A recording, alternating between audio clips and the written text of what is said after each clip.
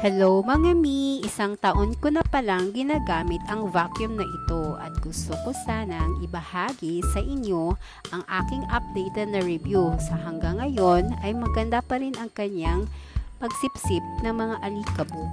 Kaya't kung ikaw ay naghahanap ng isang vacuum na magtatagal, subukan mo na itong Simplast Vacuum. At dahil madali lang gamitin, gaganahan ka rin sa paglinis.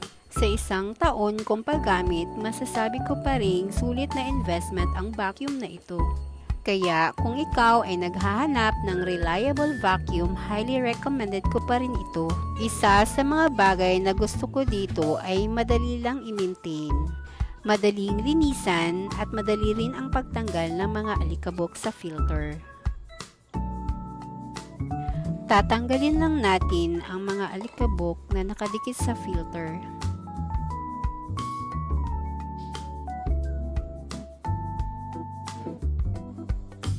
Kapag nalinisan na, ibabalik lang natin ito. Salamat sa panonood at sana makatulong sa inyo ang video na to. Hanggang sa muli!